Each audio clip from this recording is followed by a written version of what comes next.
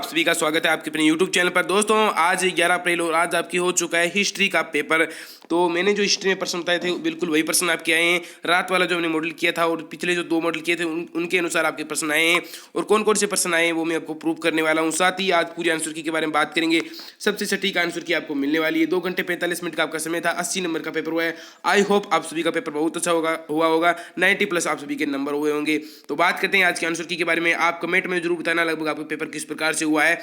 जल्दी से आपको कमेंट करना है। उसी के साथ आपको इसकी पीडीएफ टेलीग्राम चैनल पर मिल जाएगी, उसको जरूर ज्वाइन कर लेना। विद सॉल्यूशन आपको इसकी पीडीएफ मिलेगी और भी आगे आपके जो भी पेपर है उसकी इंपोर्टेंट क्वेश्चन आपको मिलने वाले हैं। तो यहाँ पर ये सामान्य निर्देश थे। पहला प्रश्न आया है आपकी, इसमें 12 प्रश्न आए थे, उनमें से पहला प्रश्न आपकी यही है कि मौर्य साम्राज्य का संस्थापक कौन था, आपको बताना है। ये क्वेश्चन मैंने जो पहला मॉडल करवाया था उसमें क्वेश्चन आया था, ये था चंद्रगुप्त, आपको पता है। आई होप ये क्वेश्चन सभी का अच्छा हुआ होगा क्योंकि ये क्वेश्चन आप सभी को पता ही था। उसी के साथ दूसरा क्वेश्चन है, प्राचीन काल में मंदसौर को किस नाम से जाना जाता था, आपको बताना है। इसका राइट आंसर होगा दसपुर, जो भी ये मैंने रात वाले मॉडल में करवाया था। उसी के साथ आपका तीसरा क्वेश्चन के बारे में बात करते हैं। तीसरा क्वेश्चन यहाँ पर प्रभावती गुप्त किस वंश की प्रसिद्ध शासिका थी, तो वो थी वाकाटक नरेश की, यानी वाकाटक राज्य की थी। ये क्वेश्चन जो दूसरा मॉडल मैंने था उसमें करवाया था आपको। जिन भी विद्यार्थियों ने ये देखा है उनके तो राइट हुआ होगा ये। उसी के साथ चौथा है, किताबुल हिंद पुस्तक का लेखक कौन था, आपको बताना है इसका आंसर। तो इसका जो राइट आंसर होगा वो होगा आपकी अल बिरूनी इसका राइट आंसर होने वाला है। ये भी मैंने कल वाले मॉडल में करवाया था, किताबुल हिंद का जो रात हमने मॉडल हल किया था उसमें आप देख सकते हैं। उसी के साथ पांचवा क्वेश्चन है, मगध की राजधानी आपकी कौन सी थी, आपको बताना है। तो मगध की राजधानी पाटलिपुत्र थी। आई होप ये क्वेश्चन सभी का अच्छा हुआ होगा क्योंकि ये क्वेश्चन बहुत ही इजी क्वेश्चन था और हमने मॉडल में कई बार हल किया है। उसी के साथ छठा क्वेश्चन है, मिट्टी से बने हल के प्रतिरूप किस स्थल से प्राप्त हुए हैं, तो ये बनावली से प्राप्त हुए हैं और ये क्वेश्चन मैंने रात आपको मॉडल लेवल में करवाया था।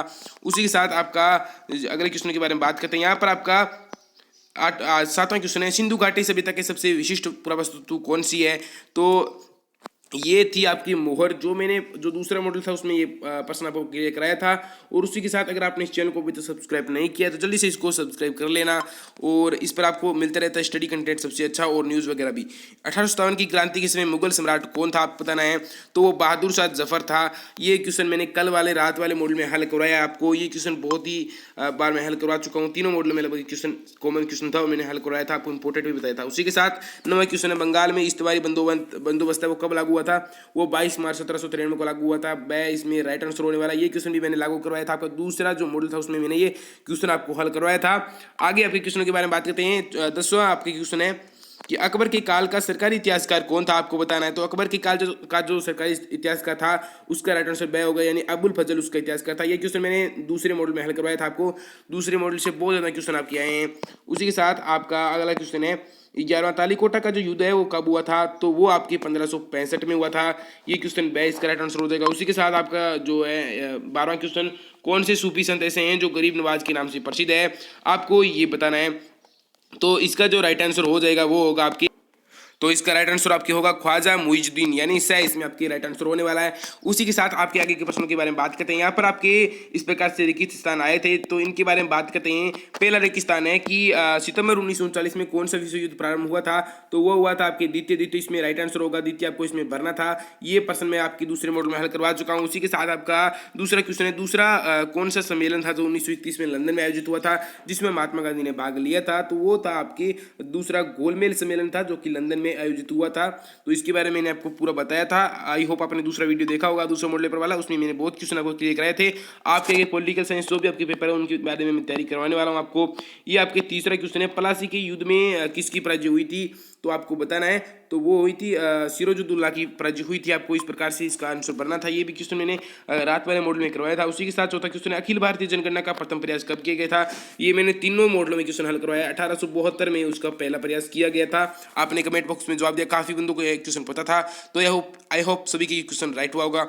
उसी के साथ पांचवा क्वेश्चन है, किर्गिस्तान में 1861 में किसमें गृह युद्ध प्रारंभ हो गया था, तो वो आपके अमेरिका, इसमें राइट आंसर होने वाला है। अमेरिका आपको इसमें लिखना है।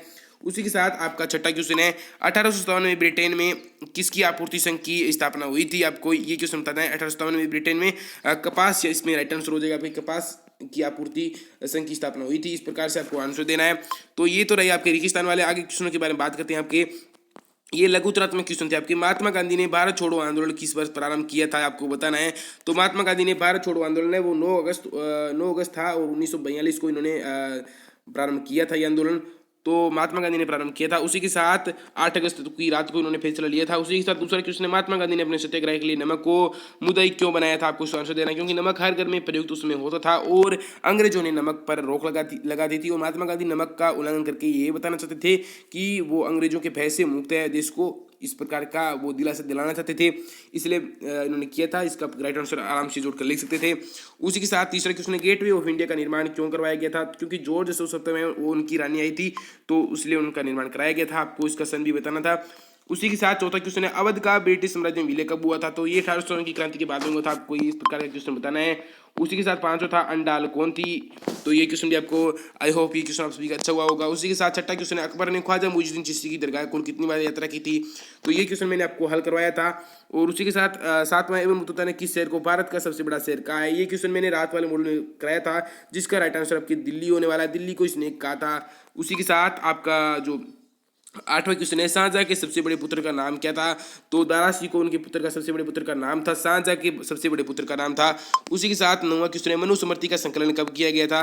तो मनुस्मृति का जो संकलन था वो कब किया था, ये आपको क्वेश्चन बताना है। उसी के साथ मनुस्मृति के पैतृक संपत्ति के बंटवारे के संबंध में स्त्रियों के लिए क्या प्रावधान किया गया था? तो जो मनुस्मृति ग्रंथ था उसकी स्त्रियों की इस प्रकार से आपके कुछ रहने वाली थी कि स्त्रियों को उसमें धन दिया जाता था, लेकिन वो पिता की पैतृक संपत्ति के अधिकार नहीं थी। उनको जो धन दिया जाता था वो कन्यादान और जो अग्नि के साक्ष्य मानकर जो धन कुछ दिया जाता था वो ही होता था उसी प्रकार से, ठीक है। उसी के साथ आपका 12 प्रश्न ये मैंने मॉडल पेपर में करवा दिया। पहले मॉडल पेपर में ये क्वेश्चन मैंने हल करवाया था। बहिर्विवाह पद्धति से आप क्या समझते हैं? तो बहिर्विवाह पद्धति वह होती है जिसमें जाति से बाहर विवाह किया जाए, जाति से बाहर जो विवाह किया जाता था गोत्र से आपके, उसी बहिर्विवाह पद्धति कहते थे। और जो अंतर्विवाह होती थी उसमें मतलब एक जाति में नहीं होते थे, लेकिन एक निश्चित समूह से विवाह होता था, ठीक है। उसी के साथ आपका 12वां क्वेश्चन है यहाँ पर, जॉन मार्शल ने सिंधु घाटी में एक नवीन सभ्यता की घोषणा है वो कब की थी? इस प्रकार से आपका प्रश्न ये मैंने दूसरे मॉडल को हल करवा रखा है।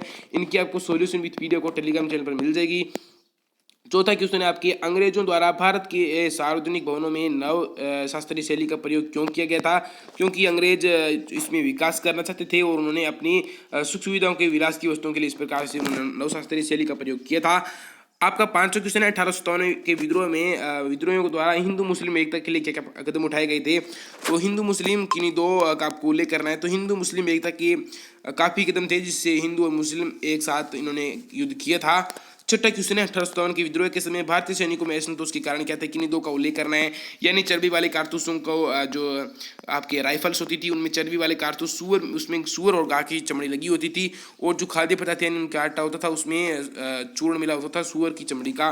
तो ये हिंदू समाज में और बाकी जो समाज होते हैं भारतीय संस्कृति में ये विरुद्ध था। तो इस प्रकार से सैनिक का असंतोष था, जिसके कारण आपके जो 10 मई को हुआ था ये मेरठ छावनी वाली क्रांति आपको बताया। उसी के साथ सातवां, रेतवाड़ी व्यवस्था स्तंभवादी बंदोबस्त से किस प्रकार भिन्न थी? रेतवाड़ी में क्या होता था? रेतवाड़ी में इस प्रकार से होता था कि आपकी किसानों को रेत कहा जाता था। आपको इस प्रकार से मैंने क्वेश्चन हल करवाया था दूसरे मॉडल में। 8वां क्वेश्चन है, संथाल विद्रोह के क्या कारण थे? संथाल जाति को एक निश्चित भूभाग में जो है खेती करने के लिए मजबूर किया गया था, इस प्रकार से उनकी जमींदारी व्यवस्था जो खत्म कर दी गई थी, इसलिए संथाल विद्रोह हुआ था। उसी के साथ आप कैसे कह सकते हैं कि विजयनगर के प्रधानमंत्री राम राय द्वारा सुल्तानों के प्रति अपनाई गई जो नीति थी वो जोखिमपूर्ण थी? तो आपको इस प्रकार से आंसर देना है। उसी के साथ विजयनगर शासकों की स्थापत्य कला के कौन कौन से तत्व तुर्क सुल्तानों द्वारा परिवर्तित स्थापत्य के प्रभावित थे, और सूफी संतों की लोकप्रियता के कारण क्या थे? तो वो दिल्ली से संबंध रखते थे, और बाकी आपको इसका आंसर जोड़कर आपको इसका आंसर देना था। उसी के साथ आपका अगला क्वेश्चन है कि यहाँ पर इब्न बतूता भारतीय डाक प्रणाली को देखकर चकित क्यों रह गया था? क्योंकि इसमें 2 प्रकार की डाक व्यवस्था आपकी थी। उसी के साथ आपका क्वेश्चन है, इब्न बतूता सिंध कब पहुंचा? उस समय दिल्ली का सुल्तान कौन था? तो इब्न बतूता सिंध पहुंचा उस समय दिल्ली का सुल्तान था आपके इसका आंसर आपको देना है। उसी के साथ होता गोत्र व्यवस्था के कोई 2 नियम लिखिए, यानी गोत्र में ही विवाह, जो खुद गोत्र होता था उसमें विवाह नहीं कर सकते थे, और जो माँ का या फिर पिता का जो गोत्र होता था उसके साथ आप विवाह नहीं कर सकते थे। उसी के साथ 15वां क्वेश्चन है, 6ठी शताब्दी ईस्वी में सोने के सिक्के मिलने कम क्यों हो गए थे? आपको बताना है। उसी के साथ 16 क्वेश्चन था, सिंधु घाटी सभ्यता में प्रचलित बांटों की 2 कोई विशेषता बतानी थी आपको, और आपके क्वेश्चनों के बारे में बात करते हैं। ये सेक्शन सी की क्वेश्चन है, अभिलेखों से जानकारियां प्राप्त करने में किन किन कठिनाइयों का सामना करना पड़ सकता है? किन्हीं 3 का उल्लेख था। 16 महाजन पदों में से मगध के उत्थान के कोई 3 कारण आपको लिखने थे। और अगला आपका क्वेश्चन है, सिंधु सभ्यता के जो गृह स्थापत्य की कौन कौन सी विशेषताएं आज भी प्रासंगिक है? जिस प्रकार से ये क्वेश्चन मैंने आपको कल हल करवाया था 100% यही का सेम क्वेश्चन मैंने आपको कल मॉडल में हल करवाया था। मैंने आपको बताया था कि जो 90 डिग्री के कोण पर होता है गलियों का घुमावदार होना, जो 90 डिग्री के कोण पर गलियां इस प्रकार होती है, वो आज भी पारंपरिक है। और वो भारतीय जैसे कि बड़ी रोडें होती हैं उनमें भी इसी प्रकार का कुछ नियम रहता है आपके घरों में।